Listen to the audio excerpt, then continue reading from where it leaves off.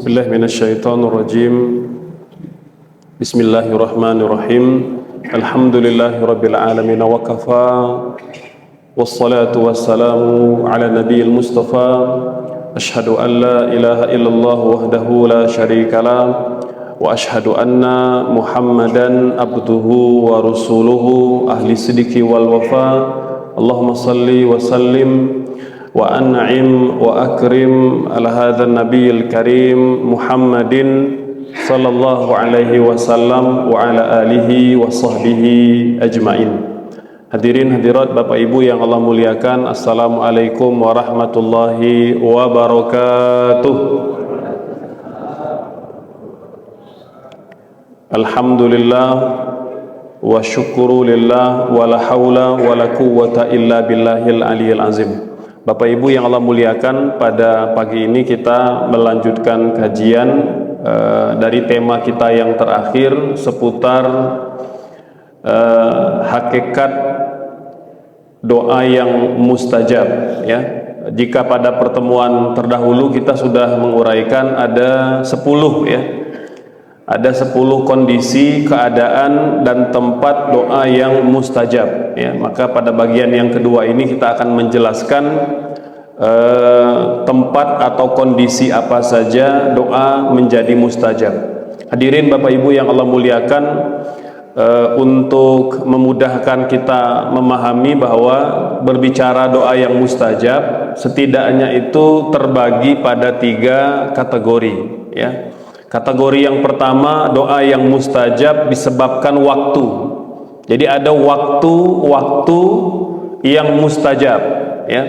Yang kedua, ada doa yang mustajab karena keadaan atau kondisi, ya. Kemudian yang ketiga, ada doa yang mustajab karena tempat dan lokasi kita berada. Nah, ini 3 pembagian doa yang mustajab, ya. Hadirin Bapak Ibu yang Allah muliakan, selanjutnya kita akan uraikan kapan saja atau dalam kondisi apa saja doa seseorang itu menjadi doa yang mustajab, ya. Poin yang ke-11, ya, ini mungkin sempat kita uraikan pada pertemuan yang terdahulu. Di antara doa yang mustajab adalah da'watul walad as-salih liwalidayhi, ya. Doa anak yang soleh untuk orang tuanya, ya. Jadi kalau kita masih memiliki orang tua, maka gunakan kesempatan untuk berdoa, ya. Jadi doa itu tidak menunggu orang tua kita wafat, Bapak Ibu sekalian. Jadi jangan sampai kita berpandangan doa itu hanya untuk orang yang telah wafat. Jadi orang tua masih hidup kita jarang mendoakan. Padahal, ya, doa itu diberikan baik kepada orang tua kita yang telah wafat, apalagi mereka masih hidup, ya. Ini diantara doa yang mustajab sebagaimana yang disabdakan oleh baginda mulia Muhammad sallallahu alaihi wasallam, apabila meninggal seorang anak Adam, maka terputuslah seluruh peluang dia beramal melainkan 3 perkara. Di antaranya adalah doa anak yang soleh, gitu, ya. Jadi kata para ulama, meskipun konteks hadis ini berbicara tentang amal jariah orang yang telah wafat, bukan berarti doa kepada orang tua itu menunggu mereka wafat, ya. Bahwa ternyata banyak di antara para sahabat Nabi yang justru mendoakan orang tuanya tatkala mereka masih hidup, gitu, ya. Nah, ini doa yang mustajab. Yang berikutnya adalah doa orang yang terbangun di tengah malam atau di waktu malam. Da'watun man ta'ar minal laili. Jadi Bapak Ibu sekalian, kalau kita kaget bangun tengah malam, itu jangan cuma bangun lalu tidur lagi, ya. Itu di antara waktu yang mustajab. Kalau kita kaget bangun entah karena suara tertentu, ya, ada benda jatuh atau ada barang yang jatuh, atau mungkin tiba-tiba hujan deras di waktu malam, ya, atau mungkin anak kita membangunkan kita, ya, maka gunakan kesempatan bangun di malam hari itu untuk berdoa, karena itu di antara waktu yang mustajab, ya. Kata Nabi, tidak seorang pun yang bangun di tengah malam atau terkaget bangun di tengah malam lalu dia bertasbih atau membaca zikir la ilaha illallah wahdahu la syarikalah lahul mulku wa lahul hamdu wa huwa ala kulli syai'in qadir, ya. Lalu dia membaca subhanallah wa la ilaha illallah wallahu akbar wa la haula wa la quwwata illa billah. Lalu dia berdoa, kata Nabi. Apa yang dia baca? Allahumma ghfirli, ya Allah, ampuni dosa-dosaku, ya. Atau apapun yang dia minta, ustujibalahu, maka pasti akan diperkenankan.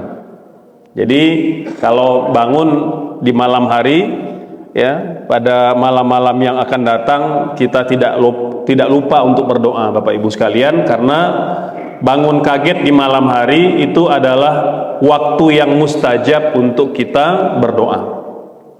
Kemudian yang ke-13, da'watul muttar, doa orang yang dalam kondisi sempit atau orang yang dalam kondisi terdesak, ya. Boleh jadi mengalami himpitan kondisi, ya, apakah dalam kehidupan sehari-hari berkaitan dengan pekerjaan, berkaitan dengan aktivitas kita, atau amanah-amanah yang dibebankan kepada kita.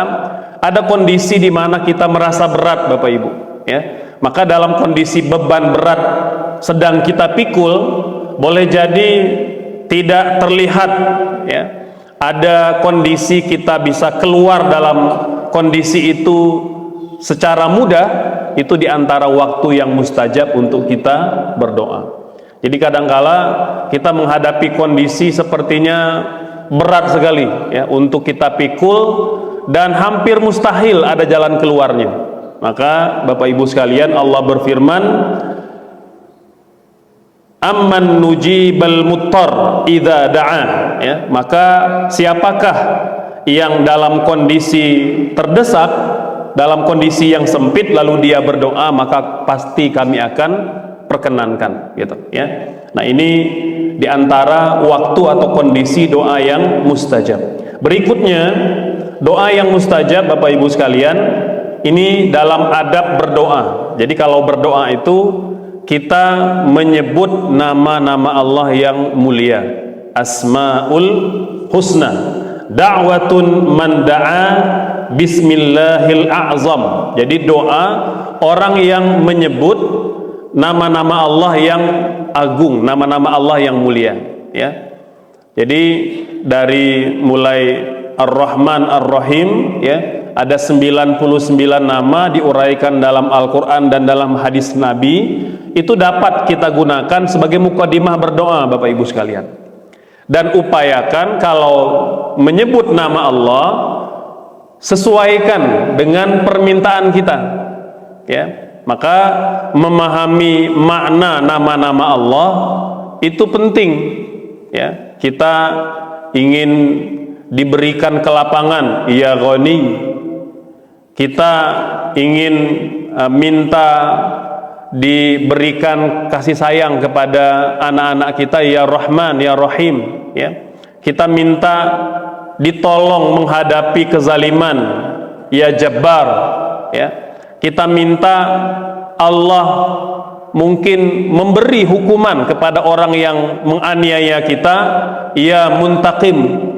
Begitu, Bapak Ibu sekalian. Jadi upayakan kalau kita punya permintaan tertentu, maka sebutlah nama Allah yang sesuai dengan permintaan kita, ya.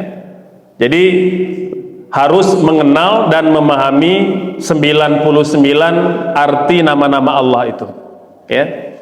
Ustadz, tapi saya belum hafal atau belum mengerti semua. Kalau belum mengerti semua, sebut nama-nama Allah yang kita sudah hafal dan yang sudah kita mengerti saja, gitu, ya.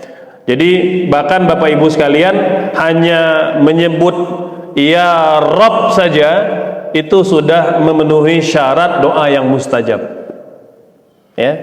Jadi di antara kebiasaan Nabi itu kalau berdoa, beliau menyebut atau memanggil Allah dengan kalimat ya Rabb, ya Rabb, ya Rabb. Beliau ulang berkali-kali. Dalam beberapa hadis diulang sampai 4 kali, Bapak Ibu. Nah, ini menunjukkan kalau kita punya hajat tertentu, selain mengulang permintaan kita, juga mengulang-ulang menyebut nama Allah. Ya, perbanyak menyebut nama-nama Allah Subhanahu wa ta'ala. Kemudian doa yang mustajab berikutnya adalah doa pada sepertiga malam yang terakhir. Ad-du'a fi thuluthi al-akhir minal laili. Dalam hadis kursi, hadis yang sahih Bapak Ibu sekalian, dikatakan Allah setiap malam itu turun ke langit dunia. Jangan bayangkan seperti apa Allah turun, ya. Kita imani saja, ya, bahwa Allah itu mendekati hambanya, walaupun Allah sudah dekat. Ya, kata Allah, Allah itu lebih dekat daripada urat leher kita, gitu. Ya, jadi sangat dekat. Kalau nadi kan di pergelangan tangan, tapi kalau urat leher, nadi yang di leher ini, itu udah paling dekat, Bapak Ibu sekalian. Ya, maka kata Nabi dalam hadis kursi, Allah turun pada setiap malam ketika tersisa sepertiga malam yang terakhir. Jadi kalau malam itu kira-kira 12 jam dibagi 3, sepertiga terakhir itulah doa yang sangat mustajab, Bapak Ibu sekalian. Ya, jadi kalau 12 dibagi 3 berapa? Ada 4. Gitu ya. Jadi kalau kita anggap jam 6 itu adalah awal pagi, maka tinggal mundur ke belakang 4 jam. Itu jam berapa itu? Jam 2. Ya.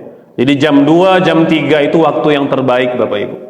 Ya, waktu yang terbaik untuk kita berdoa, gitu. Kata Allah dalam hadis kursi, man yad'uni fa'astajibulah. Siapa yang malam ini berdoa, pasti aku perkenankan. Man yastaghfiruni, barang siapa yang memohon ampun kepadaku, fa'aghfirulah, aku akan ampuni. Ya. Wa man yas'aluni fa'utih, barang siapa meminta, pasti aku beri. Gitu. Jadi yang berdoa dikabulkan, yang memohon ampun diampuni, yang meminta diperkenankan. Ya. Jadi kalau kita punya hajat-hajat yang istimewa, itu sampaikanlah di waktu-waktu yang istimewa pula. Jadi jangan sampai kita ingin doa dikabulkan, tapi doanya disampaikan di waktu-waktu yang biasa-biasa aja. Nggak bisa, Bapak Ibu. Kalau kita punya permintaan yang luar biasa, waktunya pun harus luar biasa. Berdoa di waktu pagi, siang itu semua orang bisa melakukan. Jadi tidak spesial.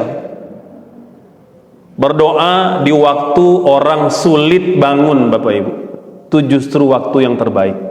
Karena tidak semua orang itu Allah berikan kemampuan untuk bangun di waktu malam. Ya, jam 2, jam 3 itu, ya. Kalau sekarang mungkin subuh sudah lebih awal, ya, kita mungkin bangun saja jam 1, itu lebih sulit lagi. Gitu, ya. Tapi ternyata itulah waktu yang terbaik untuk kita berdoa, memohon ampun dan meminta kepada Allah.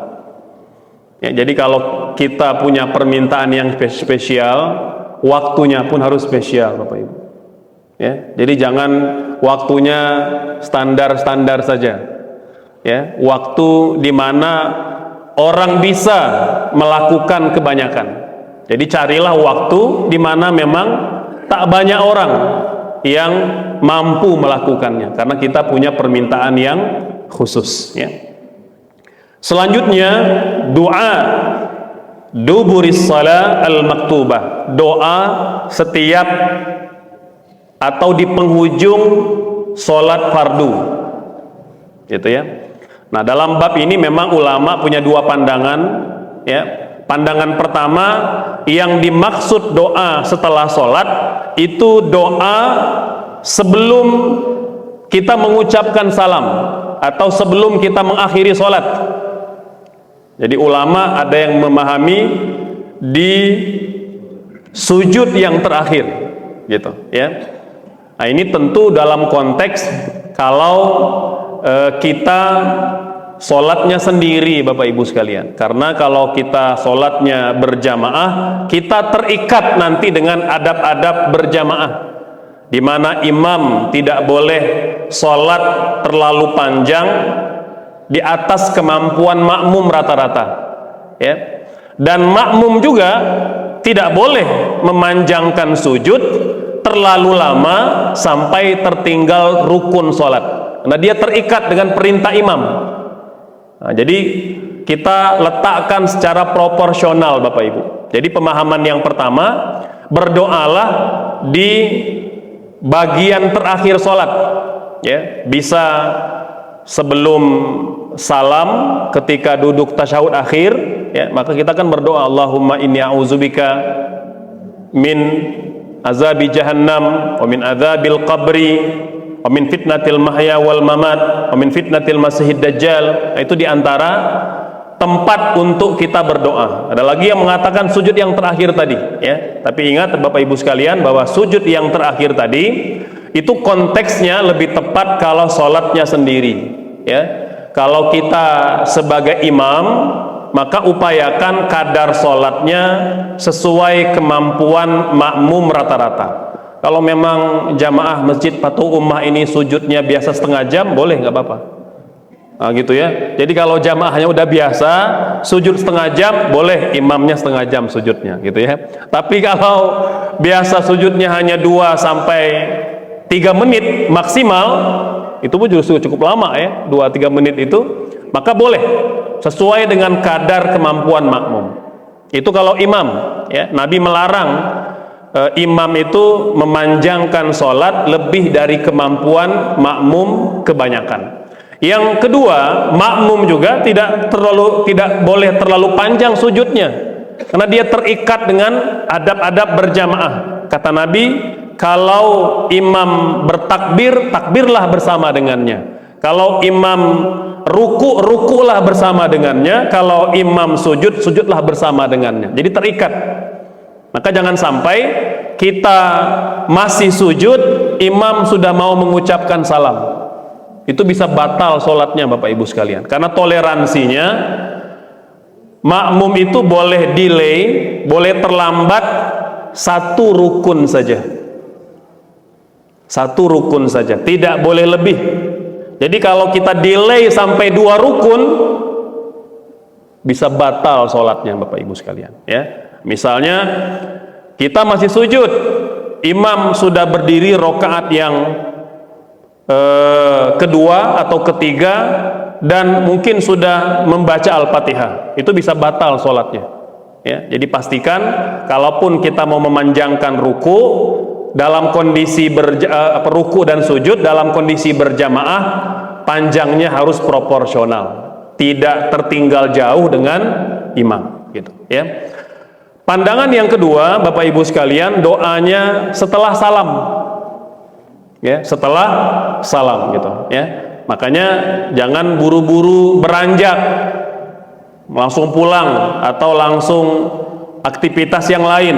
Jadi gunakan untuk berdoa, ya. Itu diantara doa yang memang dianjurkan Nabi kita lakukan, yaitu setiap kali kita mengakhiri salat. Kata Nabi, diantara doa yang paling didengar oleh Allah adalah duburi salawatil maktubah. Jadi setelah salat yang fardu, itu diantara waktu yang mustajab kita berdoa.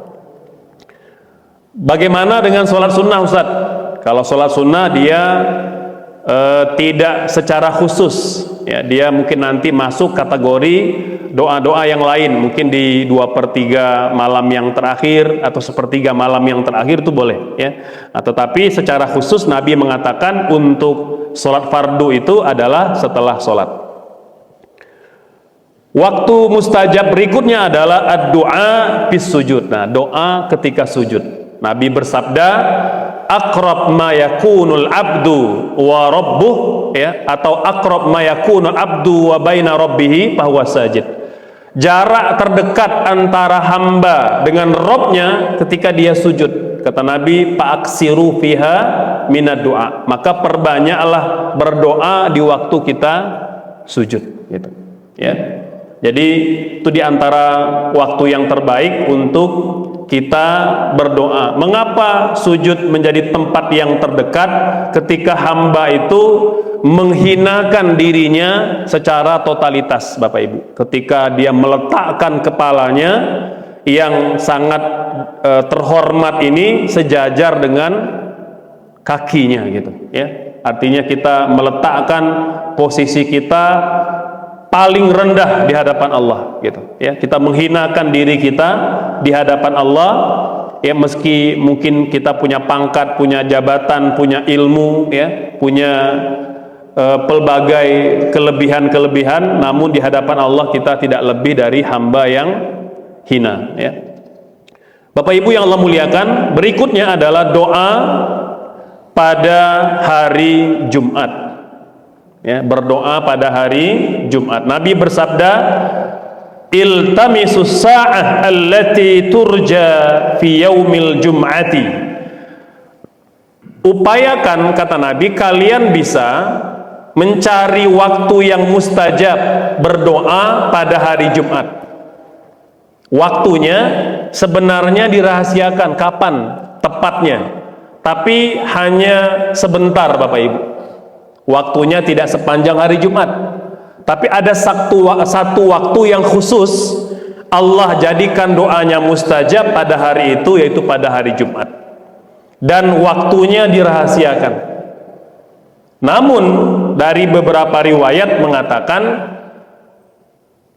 waktu tersebut paling memungkinkan adalah dari mulai ba'da asar sampai terbenam matahari. Jadi kalau bisa di waktu ini kita tidak banyak kesibukan yang melalaikan, Bapak Ibu. Jadi kalaupun ada kegiatan di rumah atau di jalan, tetap ada kesempatan berdoa dengan khusyuk. Karena itu diantara waktu yang sangat diharapkan dia menjadi waktu yang mustajab, gitu, ya. Nah, ini Bapak Ibu pada hari Jumat, gitu, ya. Selanjutnya ad-du'a indal adzan atau ba'dal adzan, ya. Ini doa setelah mengumandangkan azan, ya. Jadi kalau sudah dikumandangkan azan, kemudian kita berdoa. Itu diantara waktu doa yang mustajab, ya. Jadi jangan sampai kita melalaikan doa setelah azan dikumandangkan. Berikutnya doa inda liqa'il adu, berdoa ketika sedang berhadapan dengan musuh. Ini dalam konteks peperangan, ya.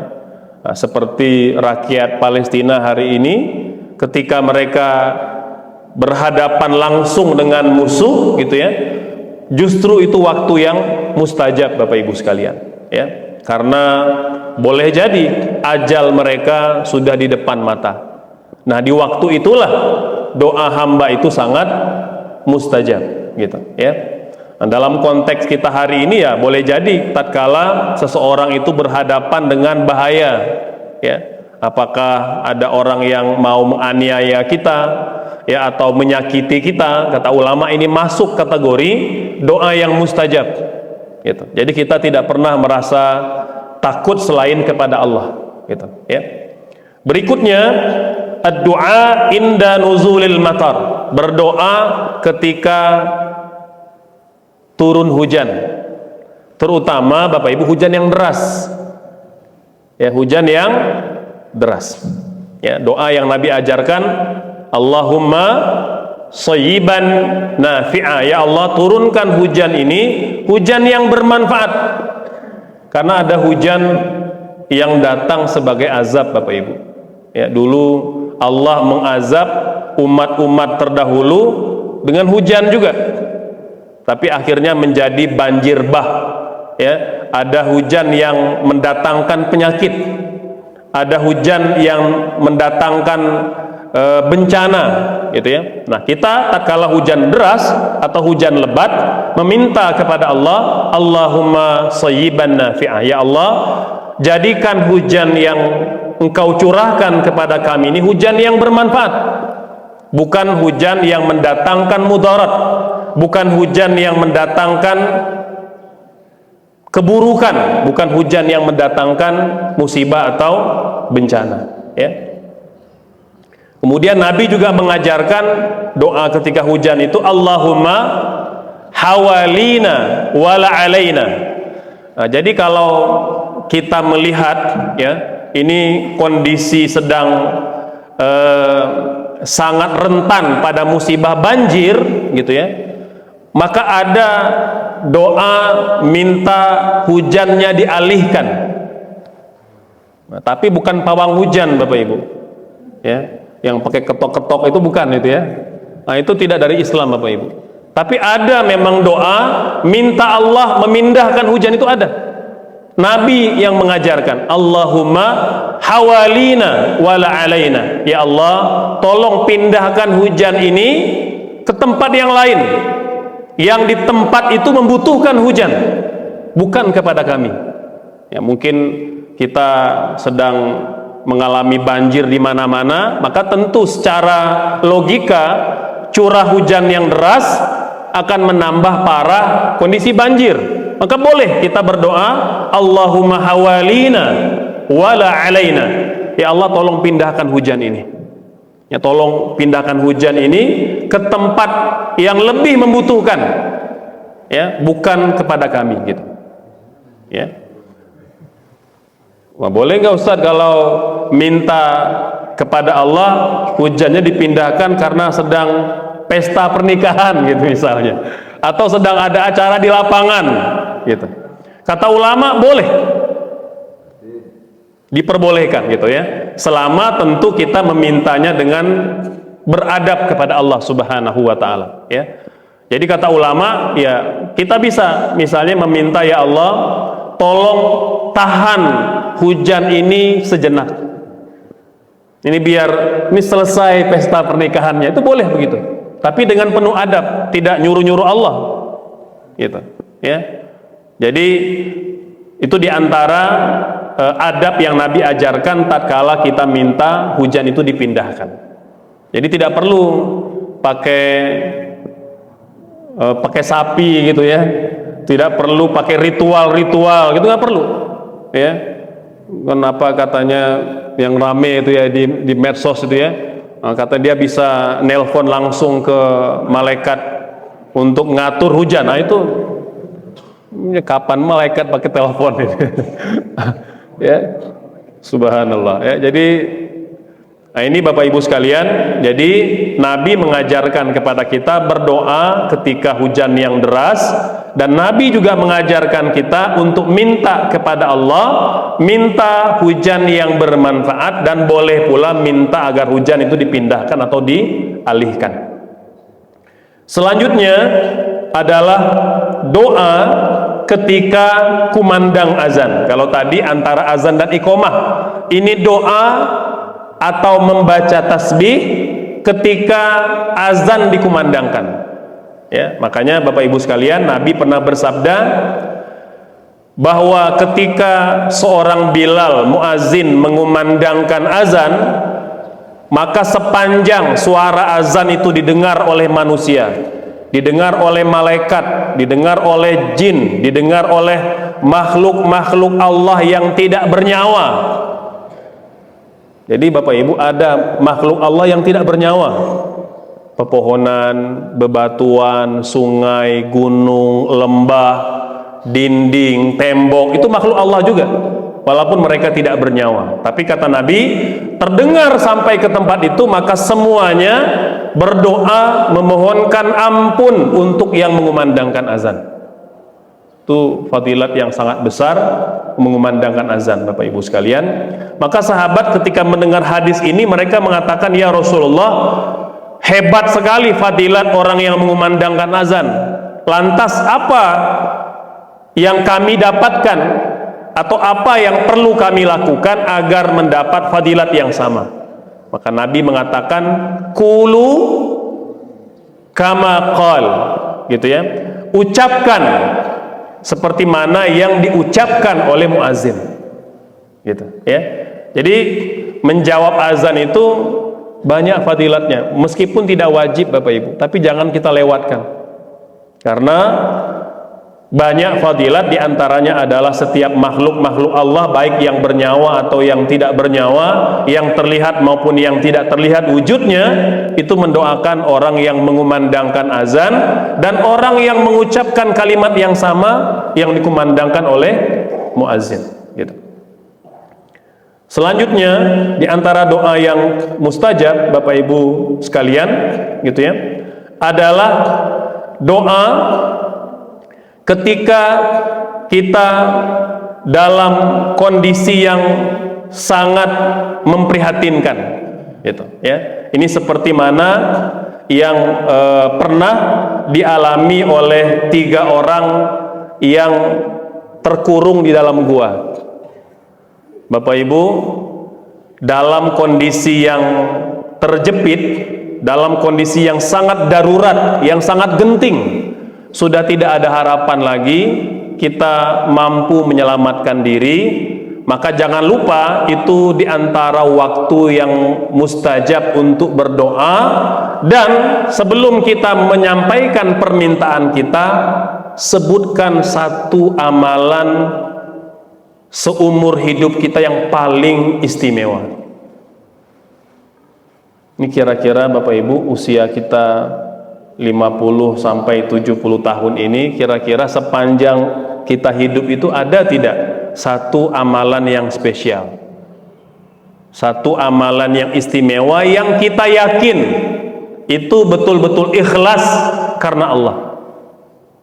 Seperti mana 3 orang yang terkurung longsor di masa Nabi.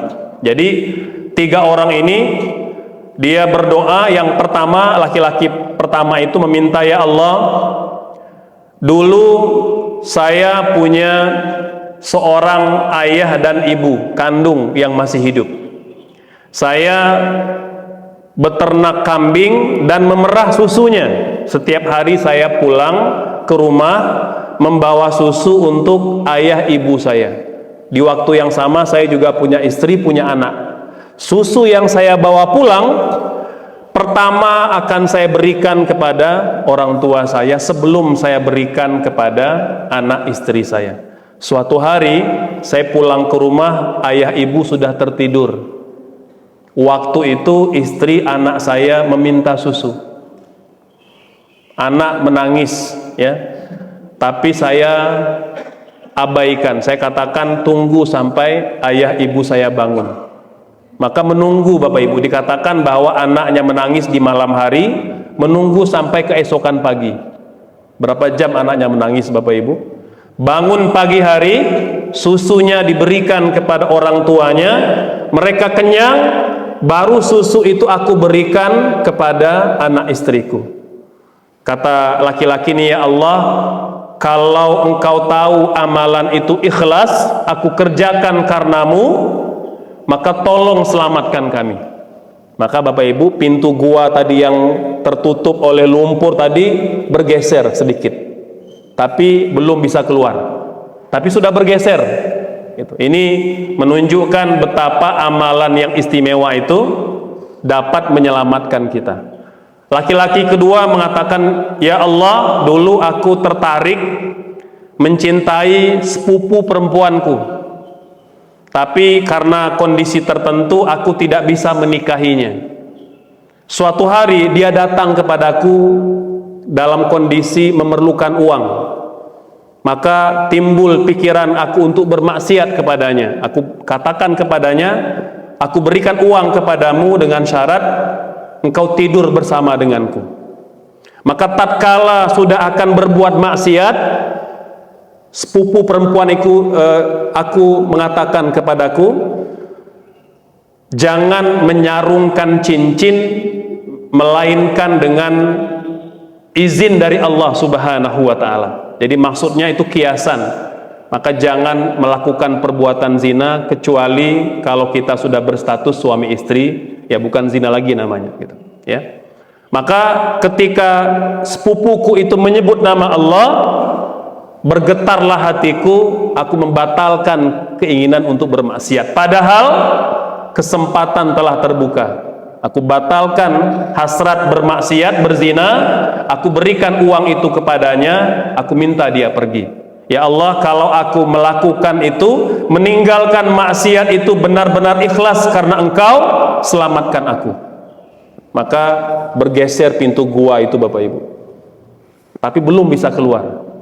Giliran laki-laki yang ketiga Bapak Ibu, ya. Ini seorang majikan, seorang atasan yang punya banyak ternak. Gitu ya. Kalau hari ini ya bos di pabrik lah gitu ya, atau di perusahaan. Jadi setiap bulan menggaji karyawan. Pada bulan itu satu karyawan belum mengambil gajinya. Lalu gaji karyawan tadi aku belikan sepasang ekor kambing, laki-laki, jantan dan betina. Aku pelihara sepasang kambing tadi, uang dari gaji yang belum diambil karyawan tadi, kambing itu ternyata beranak pinak sampai 100 ekor Bapak Ibu. Tiba-tiba tak lama setelah itu datanglah karyawanku. Setelah beberapa bulan tidak mengambil gajinya, dia meminta gajinya semula. Wahai Tuan, aku meminta gajiku. Lalu kata bos tadi, gajimu telah menjadi 100 ekor kambing. Kata ini bunyi hadisnya, jangan bercanda. Aku hanya diberi gaji sekian dan sekian. Bagaimana mungkin menjadi 100 ekor kambing? Maka dia menceritakan, gaji yang belum engkau ambil waktu itu aku belikan sepasang kambing dan dia beranak pinak menjadi 100 ekor. Ini kambingmu. Maka Bapak Ibu, karyawan tadi mengambil 100 ekor semuanya, tak satu pun yang ditinggalkan. Jadi kalau ya mungkin kalau hari ini ada ucapan terima kasih gitu ya, ini satu saya sisakan, enggak, 100 ekor diambil semuanya. Dan saya merelakannya ya Allah. Kata majikan tadi, ya Allah, kalau aku lakukan itu ikhlas karenamu, maka tolong selamatkan kami. Maka terbukalah pintu gua itu sepenuhnya dan mereka selamat Bapak Ibu. Ya, maka ulama menyimpulkan dari hadis yang sahih ini, dalam kondisi yang genting kita harus punya amalan yang dapat diandalkan.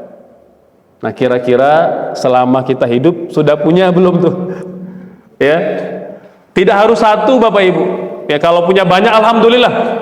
Tapi yang memang kita paling yakin itu amalan yang paling ikhlas. Yang tidak ada pamrih kepada manusia.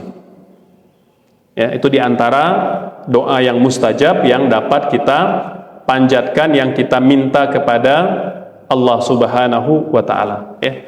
Demikian Bapak Ibu sekalian, ya, penjelasan seputar doa-doa yang mustajab baik dari segi kondisi, keadaan maupun tempat. Ya, semoga Allah mengijabah doa-doa kita. Wallahu alam, mungkin barangkali ada di antara Bapak Ibu yang mau bertanya, kita persilakan.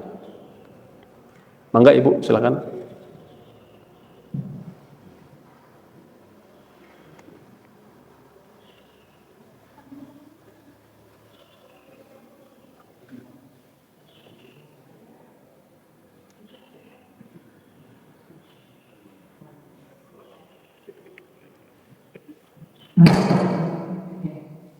Ini tadi doa yang saya, yaitu seperti jam malam, jam 2, jam 3, dan jam 3. Sementara misalnya saya bangun jam 2:30, kemudian keluar ke toilet, dan terdengarlah azan yang menunjukkan untuk tahajud. Biasanya itu ada ritual untuk tahajud itu misalnya mulai jam 3. Nah, pada saat itu kami berdoa, di mana tadi dikatakan katanya setelah 3 malam itu jam 2, jam 3. Nah, kalau dari jam itu misalnya saya berdoanya itu di akhir sholat, misalnya setiap salat tahajud, apakah itu masih bisa disebut mustajab itu Ustaz? Ya. Ya. Dan ritual yang lainnya biasanya setelah sholat tahajud itu berdoa lagi macam-macam keinginannya supaya dikabulkan doanya itu. Nah, lewat dari jam itu biasanya sampai setengah 4 atau jam 4 pulang itu kan sudah lewat dari doa mustajab kan, itu yang disebut. Demikian, terima kasih. Assalamualaikum. Baik, Bapak Ibu sekalian, jadi sepertiga malam yang terakhir itu tidak semata-mata di awalnya, ya, meskipun itu di antara waktu yang mustajab. Jadi kalau kita bagi 3 malam itu, maka sepanjang sepertiga yang terakhir itu doanya mustajab, Ibu. Bahkan dalam beberapa hadis Nabi mengatakan sampai berkumandang azan subuh. Sampai berkumandang azan subuh. Maka di waktu tahajud, mulai nanti masuk waktu sahur sampai berkumandang azan, itu doanya mustajab, Ibu. Ya, jadi kita boleh pilih di antara waktu-waktu itu, ya. Semakin panjang kita berdoa, semakin kita berdoa di waktu-waktu yang sulit, ya, maka semakin besar kemungkinan doanya diijabah oleh Allah Subhanahu wa taala, ya. Nah, jadi kalau kita hitung, anggaplah dari jam 2 sampai jam 4 itu doa yang mustajab, gitu ya. Maka sepanjang jam 2 sampai jam 4 itu kita boleh berdoa di waktu itu, ya. Nah, jadi Bapak Ibu sekalian, karena ketika Nabi mengatakan doa di sepertiga malam yang terakhir tidak semata-mata di jam 2 itu, tapi sepanjang jam 2 sampai berakhir malam dengan tanda masuknya waktu subuh atau terbit fajar, gitu. Gitu, Ibu. Ya. Mangga, barangkali ada yang lain, silakan. Ya, mangga Bapak, silakan.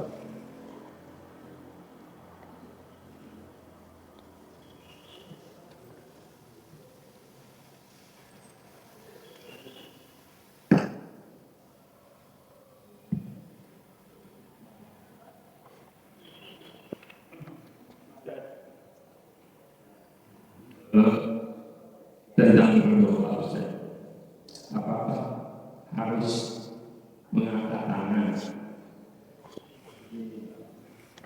Bagaimana? Ya. Sekarang ya di medsos, kalau waktu berdoa Jumatan itu kita tidak. Bagaimana itu? Ya. Baik. Bapak Ibu sekalian, kita pernah jelaskan bab adab berdoa ini pada pertemuan yang pertama, ya, bahwa mayoritas para ulama mengatakan bahwa di antara adab berdoa adalah mengangkat kedua tangan. Hadisnya sahih, disepakati oleh para ulama. Nabi bersabda, innallaha hayyun karimun. Allah itu maha hidup dan maha dermawan. Yastahyi, Allah malu. Idza rafa'a rajulu yadaihi, kalau ada hamba berdoa mengangkat kedua tangannya, ayyaruddahuma sifran khaibataini, lalu tangannya setelah dia berdoa turun sementara doanya belum dikabulkan. Jadi Allah malu. Allah ingin kalau bisa doa setiap hamba itu segera dikabulkan. Jadi Allah malu kalau ada orang berdoa mengangkat tangan, tangannya turun sementara doanya belum diperkenankan, gitu. Ini dalil kata para ulama yang jelas tentang adab dalam berdoa mengangkat tangan, ya. Bahkan dalam beberapa hadis yang lain, kata Nabi, kata para sahabat, kami kadangkala melihat Nabi berdoa mengangkat tangannya tinggi sekali sampai kami bisa melihat ketiaknya yang putih, gitu. Karena dulu kan pakaiannya longgar-longgar, gitu ya, jubahnya agak besar ke sini, gitu ya, jadi terlihat ketiaknya, gitu, ya. Nah, Bapak Ibu sekalian, maka dari hadis-hadis ini mayoritas ulama, jumhur ulama mengatakan mengangkat tangan adalah adab dalam berdoa, ya, adab di dalam berdoa. Nah, lantas bagaimana dalam sholat Jumat, gitu ya? Dalam sholat Jumat, Bapak Ibu sekalian, memang tidak ada perintah khusus dari Nabi untuk mengangkat tangan, ya, karena memang ulama berbeda pendapat antara khutbah yang pertama dengan khutbah yang kedua itu diisi dengan apa? Apakah dengan zikir atau dengan doa? Maka yang mengatakan mengangkat tangan tidak disunnahkan, ya boleh jadi dia berpandangan yang disunnahkan itu zikir bukan berdoa. Tapi ulama yang mengatakan disunnahkan tidak hanya berzikir tapi juga berdoa, maka di antara adab berdoa mengangkat kedua tangan. Gitu, ya. Dan Bapak Ibu sekalian, saya cukup lama tinggal di negeri Arab.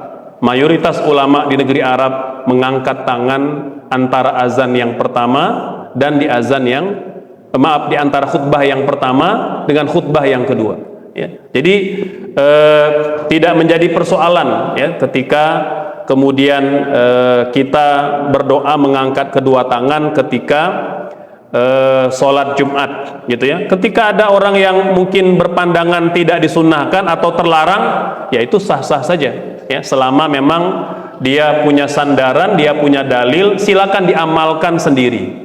Tapi menyalahkan amaliyah orang lain itu yang tidak boleh. Silakan mengamalkan sendiri, tidak boleh menyalahkan amaliyah orang lain yang juga punya sandaran dalil, Bapak Ibu. Nah, hari ini kan kita ada di antara masyarakat kita itu latah. Dia merasa kalau dia memegang satu pendapat, pendapat itulah yang paling benar, yang lain salah. Karena mindset yang dia pahami, benar itu cuma satu. Benar itu tidak dua, benar itu tidak tiga. Padahal Bapak Ibu, Nabi mengajaran kebenaran tidak selalu satu. Benar itu boleh jadi dua, boleh jadi banyak. Di antara dalilnya hadis tentang pengepungan Bani Quraizoh. Saya pernah cerita di sini. Nabi mengatakan kepada para sahabat ketika menyuruh sahabat berangkat ke Bani Quraizoh, orang Yahudi, kepung bentengnya orang Yahudi di Bani Quraizoh itu karena mereka berkhianat, berkonflot untuk menyakiti Nabi dan para sahabat. Lalu kata Nabi, tak seorang pun yang sholat asar kecuali setelah sampai di Bani Quraizoh. Berangkat sahabat ba'da zuhur karena jauh tempatnya, ya. Kemudian di tengah jalan berkumandang azan asar. Sebagian sahabat mengatakan kita lanjut ke Quraizoh. Nabi melarang kita berhenti sholat asar kecuali nyampe di Bani Quraizoh. Kelompok kedua mengatakan, oh tidak, kita harus berhenti. Nabi mengatakan itu bukan melarang kita sholat, Nabi nyuruh kita cepat-cepat. Karena Nabi pernah mengatakan sebelumnya, amal yang paling utama sholat di awal waktu. Maka pecah dua kelompok. Satu kelompok lanjut ke Quraizoh, satu kelompok lagi nyari rest area, nyari tempat istirahat sholat asar. Bapak Ibu, pengepungan selesai, Bani Quraizoh diusir dari Madinah. Dua sahabat, dua kelompok tadi datang ke Nabi minta diputuskan, ini siapa yang benar, siapa yang salah, karena mereka masih berpandangan yang benar cuma satu. Maka Nabi mengatakan, yang lanjut berangkat ke Quraizoh laqad asaba amri, telah memenuhi perintahku. Yang berhenti di tengah jalan, sholat asarnya di jalan, laqad asaba sunnati, telah menjalankan sunnahku. Nabi tidak menyalahkan, Bapak Ibu. Nabi mengatakan ada dua kebenaran, gitu. Nah, ini yang harus kita pahami. Jadi sah-sah saja kita mengamalkan satu amalan, kita tidak mengangkat tangan ketika Jumatan, tapi jangan menyalahkan amalia orang lain, karena amalia orang lain juga punya sandaran. Dan karena era sosmed, Bapak Ibu, ya, di mana setiap orang itu punya hak berbicara, bersuara, dia punya panggung sendiri, gitu ya. Nah, jadi karena itulah akhirnya ya siapapun orang kadangkala yang tidak punya kapasitas ilmu pun berbicara agama, gitu. Satu contoh lagi Bapak Ibu, hadis sahih. Ada sahabat Nabi sedang haji. dia sa'i dulu baru tawaf. Ibu-ibu kalau haji umroh tawaf dulu atau sa'i dulu, Bu Ibu? Pernah nggak sa'i dulu? Pernah nggak sa'i dulu baru tawaf? Sahabat tadi mengatakan, ya Rasulullah, saya sa'i, laqad sa'aitu qabla an atuf. Saya sa'i dulu sebelum tawaf, saya lupa. Kira-kira apa jawaban Nabi, Bapak Ibu? Kata Nabi, la ba'sa wala haraja, tidak apa-apa dan tidak mengapa. Subhanallah. Jadi dalam hal-hal tertentu ada banyak yang kita perlu pelajari dalam agama ini. Dia ada kelonggaran-kelonggaran, Bapak Ibu. Dia tidak fix gitu ya. Dia tidak selalu rigid dan ketat gitu. Ini yang kita perlu belajar gitu.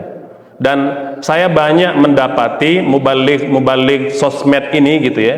Itu kadangkala terlalu bersemangat dan ngegas kalau belajar satu hadis. Dia merasa itulah hadis satu-satunya. Padahal ada jutaan hadis yang lain, Bapak Ibu. Imam Al-Bukhari itu hafal 1 juta hadis. Tapi yang dia tulis dalam Sahih Bukhari itu cuma 5.000 sampai 7.000 hadis. Berapa persen, Bapak Ibu, kira-kira? Kata Imam Al-Bukhari, dalam Sahihku ini semuanya hadis sahih. Tapi belum semua hadis sahih ada di sini, kata beliau. Bayangkan Bapak Ibu. Kata beliau, semua hadis di kitab sahihku ini sahih semua karena sudah diverifikasi. Beliau sudah keliling kepada 1.500 orang guru beliau. Jadi Imam Bukhari itu berapa orang gurunya, Bapak Ibu? 1.500. Kita berapa orang gurunya? 15 orang, Ustaz. Alhamdulillah. Masih ada juga. Imam Bukhari itu punya 1.500 guru. 7.000 hadis yang dia tulis dalam Sahih Bukhari itu sudah keliling ke 1.500 gurunya.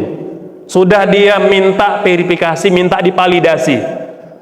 Guru, benar nggak hadis ini secara sanadnya, mata rantainya ada nggak cacatnya, ada nggak kesalahannya, ada nggak typonya? Nggak ada. Semua sudah diverifikasi. Tapi kata beliau, belum semua hadis sahih terhimpun di sini. Ada banyak hadis di luar sana, Bapak Ibu. Nah, inilah perlunya kalau kita belajar itu jangan setengah-setengah gitu, ya. Dan jangan merasa kita yang paling sunnah sendiri, kita yang paling tahu hadis sendiri. Padahal baru belajar 10 hadis, Bapak Ibu. Merasa udah 10 hadis itu yang lain itu neraka semua itu. Ini saya pemegang kunci surga gitu karena sudah belajar 10 hadis. Ini yang tidak boleh, Bapak Ibu sekalian. Jadi kembali ke persoalan tadi. Nah, besar kemungkinan Bapak Ibu kita berhusnuzon yang ada di sosial media itu ya kebanyakan mereka yang gegabah, tidak sabar, Bapak Ibu, ya, tidak sabar untuk belajar, untuk lebih banyak lagi berguru gitu ya. Jadi tidak mungkin ya karena ingin cepat menyampaikan gitu ya. Padahal boleh-boleh aja dia menyampaikan, tapi adabnya kalau kita belum menguasai semua hadis, kita perlu beradab menyampaikan. Menurut pandangan saya yang saya pelajari, ada hadis yang mengatakan tidak ada doa pada sholat Jumat dan mengangkat tangan. Tapi boleh jadi, itu begitu adabnya. Boleh jadi ada pandangan lain. Itu begitu adabnya, Bapak Ibu. Wallahu a'lam. Mangga, barangkali ada yang lain? Ya, silakan Ibu. Ya. Bismillah. Assalamualaikum warahmatullahi wabarakatuh. Waalaikumsalam. Mangga Ibu. Pertanyaannya di luar dari tema, Ustaz. Apa perbedaan antara pemahaman Islam dengan Ahmadiyah? Apakah pemahaman Ahmadiyah dibenarkan dalam Islam? Ya. Terima kasih. Baik, Bapak Ibu sekalian, Ahmadiyah ini muncul di India. Ya. Mereka meyakini bahwa memang tidak ada nabi setelah Nabi Muhammad, tapi ada orang yang ditunjuk untuk melanjutkan dakwah beliau yang bernama Mirza Ghulam Ahmad, gitu ya. Jadi Mirza Ghulam Ahmad, ya kalau dalam konteks kita sebagai muslim ya Imam Mahdi nanti yang akan keluar. Dia bukan nabi yang terakhir, karena Nabi Muhammad lah nabi yang terakhir. Imam Mahdi itu hanya menegaskan, gitu ya, mengajak umat kembali kepada agama yang lurus. Tapi dalam doktrin Ahmadiyah tidak semata-mata itu, ya. Bahkan Mirza Ghulam Ahmad itu sudah menetapkan syariat. Ada beberapa syariat yang dia ajarkan, padahal sepakat para ulama syariat sudah ditutup ketika Nabi telah wafat dengan berakhirnya turunnya wahyu, ya. Jadi ulama dunia sudah mempatwakan Ahmadiyah bukan dari Islam. Begitu pula ulama Indonesia, baik Majelis Ulama Indonesia, Nahdlatul Ulama, Muhammadiyah, Persis, dan semua ormas-ormas Islam yang legal di Indonesia ikut mengesahkan dan mengaminkan Ahmadiyah adalah aliran yang menyimpang, bukan dari ajaran Islam, gitu ya. Jadi Bapak Ibu, itu berkaitan dengan Ahmadiyah. Maka jangan sampai kita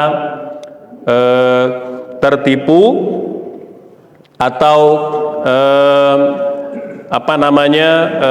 dimanipulasi pemahaman kita oleh gerakan Ahmadiyah ini. Dan ada ya gerakan-gerakan yang serupa dengan Ahmadiyah dengan pelbagai bentuknya, gitu ya. Jadi kita menolak Ahmadiyah dan menegaskan bahwa dia termasuk aliran yang menyimpang, bukan dari Islam. Gitu Ibu. Ya. Masih ada Bu Ibu, Bapak sekalian? Enggak, Pak, silakan. Mengenai doa mustajab pada asar, Ya. apakah boleh diisi dengan pengajian? Apakah itu termasuk bid'ah atau bisa diteruskan? Ya. Ya. Baik, Bapak Ibu sekalian, ba'da asar itu boleh kita isi dengan pengajian, ya. Boleh kita isi dengan kegiatan-kegiatan yang bermanfaat. Di sela-sela itu kita berdoa. Jadi bukan tidak boleh ada kegiatan, boleh. Kita boleh bertani, kita boleh ngasuh cucu, boleh ada family gathering di rumah, boleh. Tapi kita juga sambil berdoa. Itu begitu, ya. Melakukan kegiatan-kegiatan di waktu tertentu secara umum ulama memperbolehkan selama kita tidak meyakini dia sebuah syariat. Misalnya kita mengatakan pokoknya ba'da asar hari Jumat harus ada pengajian, kalau tidak satu RW berdosa. Nah, itu nggak boleh, ya. Jadi kalau memilih waktu-waktu tertentu boleh-boleh saja, mau ba'da asar, mau sebelum asar boleh, ya. Kita mengadakan pengajian-pengajian. Apakah termasuk bid'ah? Ya, kalau yang kita pahami bid'ah itu kan sesuatu yang belum pernah terjadi dilakukan pada masa Nabi. Iya, bid'ah. Tapi tidak semua bid'ah itu tercela, ya. Karena banyak sesuatu yang belum terjadi di masa Nabi dilakukan pada hari ini, dia tidak tercela. Contoh ya pengajian yang kita lakukan pada subuh ini, gitu ya. Jadi pengajian yang dilakukan di masa Nabi itu tidak khusus pada hari-hari tertentu. Jadi kadangkala ya secara acak saja. Kadang di hari Selasa, kadang di hari Rabu, kadang di hari Jumat, gitu ya. Nah, kita bikin jadwal Sabtu Ahad misalnya. Itu bid'ah, ya bid'ah. Belum ada di masa Nabi. Apakah tercela? Tidak. Ya, karena sesuatu yang belum pernah ada dilakukan pada masa Nabi boleh kita lakukan selama dia mendatangkan kebaikan dan manfaat, dan kita tidak meyakini itu bagian dari syariat dan tak bertentangan pula dengan ketentuan agama, gitu ya. Termasuk Bapak Ibu sekalian, ketika Nabi itu punya satu kebiasaan. Jadi ini nyambung dari apa yang Bapak tanyakan, boleh nggak Ustadz kita mengkhususkan waktu hari tertentu untuk melakukan amalan? Contoh, baca Yasin malam Jumat, nah, gitu ya. Meskipun memang ada hadisnya juga, gitu ya, walaupun hadisnya doif, gitu ya.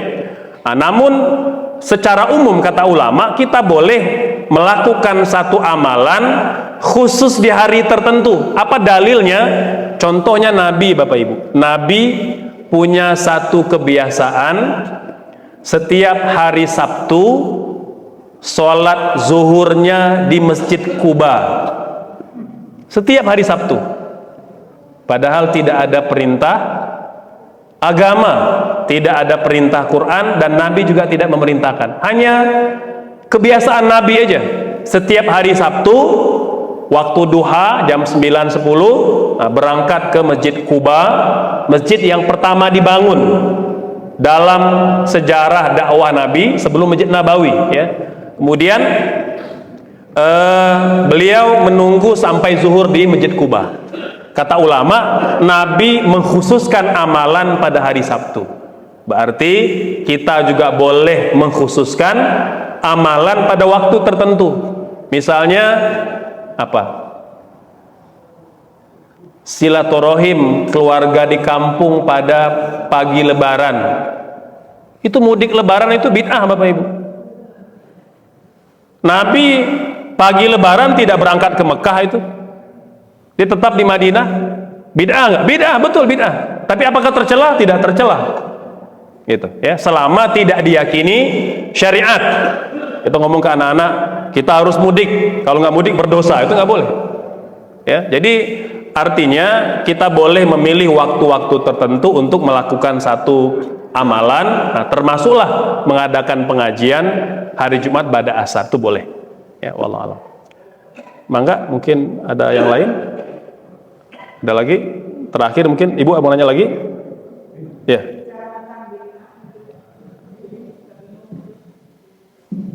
Bid'ah itu kan dilarang ya. Sementara kan kita tidak tahu mana yang baik dan benar dalam golongan. Kalau itu ada 73 golongan ya. Katanya yang diterima oleh Allah nanti suatu saat itu hanya satu kaum yang diterima. Sementara yang 72 ini tidak diterima. Dan hal ini menjadi bingung ya tentang bid'ah. Itu berarti harus menggali ya ilmu-ilmu agama. Nah sekarang kami kan akan tahu-tahunya jangan melakukan ini bid'ah. Ini harus melakukan ini. Jadi sebagai orang awam yang beragama Islam, bagaimana baiknya berusaha? Baik, Bapak Ibu sekalian, singkat saja ya. Yang pertama terkait dengan pemahaman bid'ah. Jadi mayoritas para ulama, baik salaf maupun khalaf, ulama terdahulu maupun hari ini, itu sepakat mengatakan bid'ah terbagi dua. Al-bid'atu bid'atan. Seperti mana kata Imam Asy-Syafi'i, ada yang mahmudah, yang terpuji, ada yang mazmumah, yang tercela. Mana yang terpuji? Yang terpuji ini yang dia sebenarnya punya sandaran kepada dalil Quran ataupun hadis, baik umum maupun khusus, dan dia tidak bertentangan dengan syariat. Sementara yang mazmumah, yang tercela, yang bertentangan. Contoh, boleh nggak istighfar 1000 kali, Bapak Ibu? Bid'ah, karena Nabi tidak melakukannya. Nabi istighfar itu hanya 100 kali saja. Bid'ah. Dia tercela atau terpuji, Bapak Ibu? Terpuji. Bid'ah artinya Nabi tidak melakukannya, tapi apakah dia terlarang? Tidak. Karena Nabi mengatakan perbanyaklah istighfar. Jadi yang mau istighfar 1000 kali, 1 juta kali, silakan. Boleh nggak kita misalnya sholat sunnahnya lebih dari yang Nabi lakukan? Nabi biasanya sholat sunnahnya 12 rakaat rawatib ditambah 11 sholat malam dan witir, berarti berapa itu? 30 berapa itu ya? 12 ditambah 11 berapa? 23. Jadi sholat sunnah Nabi itu 23 sampai 25 rakaat sehari semalam. Pertanyaannya, boleh nggak kita sholatnya 100 rakaat sehari semalam? Bid'ah. Ya betul bid'ah. Nabi tidak melakukan. Tapi apakah terlarang? Tidak. Karena Nabi mengatakan, wahai sahabatku, maukah kalian aku tunjukkan satu amalan yang kalau kalian lakukan mengangkat derajat, menghapus dosa? Kata sahabat, mau ya Rasulullah. Kata Nabi, perbanyaklah sujud. Artinya dia masih punya akar pada hadis-hadis Nabi, walaupun tidak secara spesifik gitu. Jadi bid'ah Bapak Ibu tidak kita generalisir. Ada satu kelompok kecil di masyarakat kita memahami itu, kita hargai saja. Tapi tadi lagi-lagi, silakan Anda berpendapat seperti itu, tapi Anda tidak boleh memaksakan pendapat mayoritas ulama di dunia hari ini yang mengatakan bid'ah terbagi dua.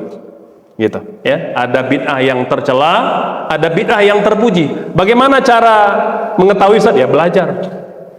Karena kita memang tidak punya ilmunya gitu ya. Itu yang pertama Ibu. Yang kedua tadi 73 golongan. Ini juga saya perlu sedikit berikan pemahaman yang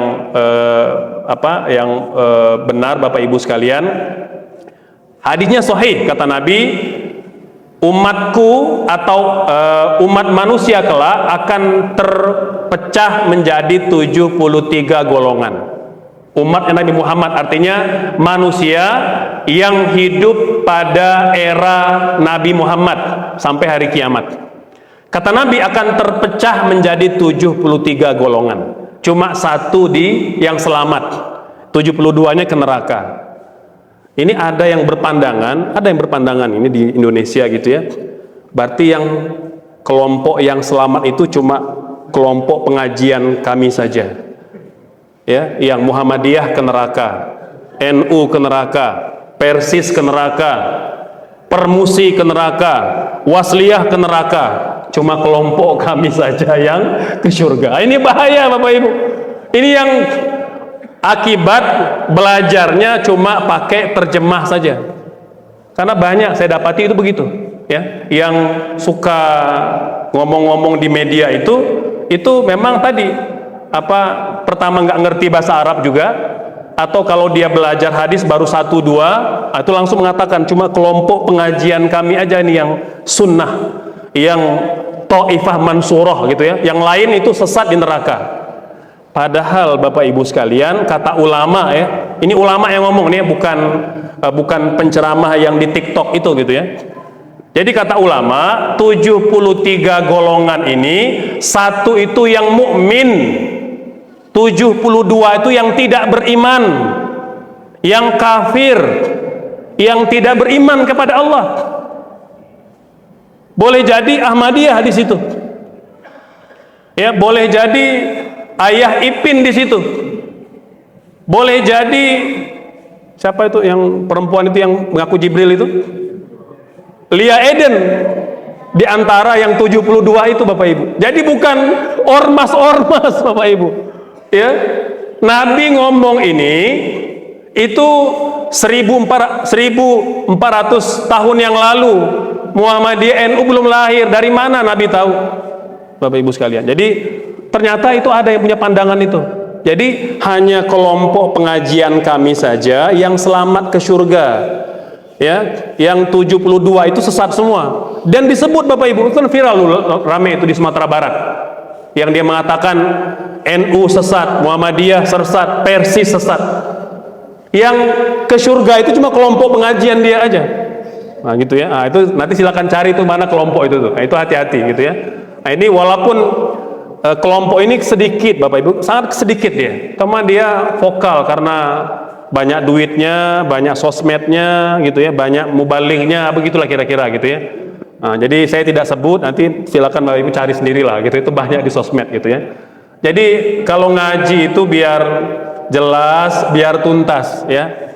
Kadangkala ini terakhir Bapak Ibu sekalian, banyak juga yang tidak benar ngajinya atau kuliahnya.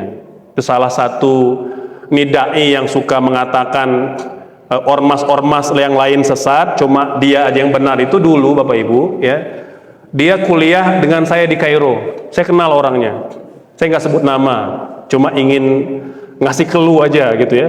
Di Kairo dia ini anak band Bapak Ibu, jadi mantan anak band. Nyampe di Kairo, kuliah di Al-Azhar, dia nggak kuliah, sehari-hari ngeband Bapak Ibu. Jadi kalau ada acara kegiatan mahasiswa, dia ngeband. Dia ngeband itu, ya ngeband, ya dengan inilah, dengan apa, dunia malam begitu. Jadi dari Indonesia mau, ya mungkin mau hijrah gitu ya, atau mau belajar agama, ternyata di Kairo juga ngeband juga. Saya tidak mengatakan bahwa band itu haram secara mutlak, tapi ingin menceritakan ini orang gitu ya, memang tidak sungguh-sungguh belajarnya gitu. Di Kairo, di Indonesia dia ngeband, di Kairo juga ngeband. Setahun terakhir sebelum dia pulang baru belajar benar-benar. Pulang jadi ustadz Bapak Ibu. Ya, langsung mengatakan ini haram, itu haram, ini bid'ah, itu bid'ah. Ya wajarlah. 4 tahun di Kairo, belajar cuma setahun terakhir. Ya, sisanya ngeband Bapak Ibu. Mana ada waktu untuk belajar gitu. Nah, ini ada yang seperti itu Bapak Ibu ya. Dan orang ini itu sangat dimuliakan di komunitasnya. Sangat dimuliakan gitu ya. Jadi kalau orang punya masa lalu gitu ya, dia hijrah, lalu dakwahnya baik, santun ke masyarakat, mungkin kita tidak akan ngorek-ngorek masa lalunya gitu. Tapi karena kalimat-kalimatnya menyakitkan Bapak Ibu, ya, menghina ulama, ya, MUI dikatakan bodoh, gitu ya, kiai-kiai dikatakan penyebar kesesatan, itu sangat menyakitkan Bapak Ibu sekalian. Dia siapa gitu, ya? Jadi saya berkali-kali itu karena pernah juga satu grup ya dengan dimasukkan oleh orang ke dalam grup itu gitu ya. Itu karena saya udah dongkol banget gitu ya, karena dia menyesatkan atau menyalah-nyalahkan para ulama-ulama kita di Indonesia, saya katakan kamu sih ngaji nggak benar gitu, lebih banyak ngeband daripada ngaji gitu, makanya fatwa-fatwa ceramahnya banyak yang nggak benar gitu. Itu begitu sekalian. Nah, itu hati-hati ya kalau kita berguru Bapak Ibu sekalian. Kalau orang itu sudah mulai banyak menyalahkan, itu pertanda Bapak Ibu. Itu pertanda, ya, sudah banyak menyalahkan orang, merasa dia yang paling benar sendiri, itu pertanda itu. Pertanda ilmunya perlu kita telisik lagi. Kata Imam Asy-Syafi'i, orang kalau ilmunya bertambah, kalau banyak ilmunya semakin sedikit menyalahkan orang. Ya, selama perkara itu bukan kemusyrikan, bukan kesesatan, kita toleransi saja. Kecuali kalau dia memang khilafiyah, baru kita akomodir disampaikan. Makanya tema ataupun kajian yang saya ampu di Al-Fatu Ummah ini Bapak Ibu, fikih perbandingan mazhab. Bukan nyuruh Bapak Ibu mengamalkan semua mazhab, tidak. Untuk menghormati pandangan yang berbeda. Jadi tidak merasa paling benar sendiri, paling surga sendiri. Itu poinnya. Gitu ya. Jadi kita berlapang dada melihat perbedaan. Demikian Bapak Ibu, semoga bermanfaat ya. Nanti insya Allah kalau ada waktu kita kupas lebih panjang lagi tentang bid'ah ini gitu ya. Saya juga lagi sedang ngarang buku bid'ahnya para ulama Bapak Ibu. Nah, biar begitu sekalian gitu ya. Jadi bid'ahnya Abu Hanifah yang sehari semalam sholatnya sampai 1000 rakaat. Ada yang sampai 3000 rakaat. Gitu ya. Nah, jadi memang judulnya agak provokatif gitu ya, biar sekalian gitu ya. Nah, itu untuk menjawab mereka yang mudah membid'ah-bid'ahkan amalan ulama dan amalan kaum muslimin. Demikian Bapak Ibu, barakallahu fikum. Wassalamualaikum warahmatullahi wabarakatuh.